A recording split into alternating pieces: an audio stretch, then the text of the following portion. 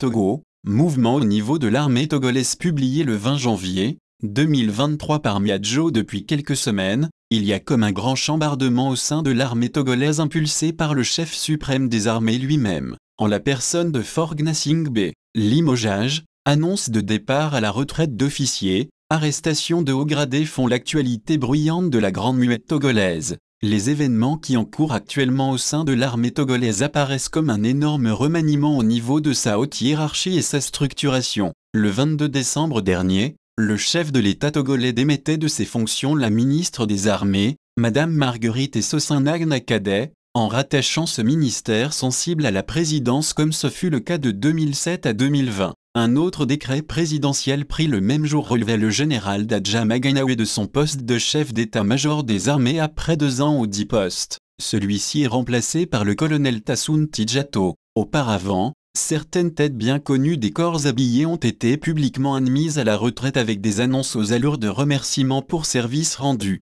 En revanche, un autre homme fort de l'armée togolaise semble connaître un sort totalement opposé à une retraite dorée. Il s'agit du général Félix Abalo Kadanga qui, selon plusieurs sources médiatiques, serait placé en garde à vue depuis le 12 janvier dernier. Alors que les raisons de cette arrestation ne sont pas encore connues, le chef de l'État Faure Gnassingbé, de nouveau ministre des Armées, fait monter en grade plus de 300 officiers des forces armées togolaises à travers un arrêté d'avancement signé le 13 janvier 2023, soit le lendemain de l'arrestation de l'ex-homme fort général Félix Abalo Kadanga. Au regard de tous ces événements, le moins qu'on puisse dire est que la Grande Muette est très loquace ces derniers temps.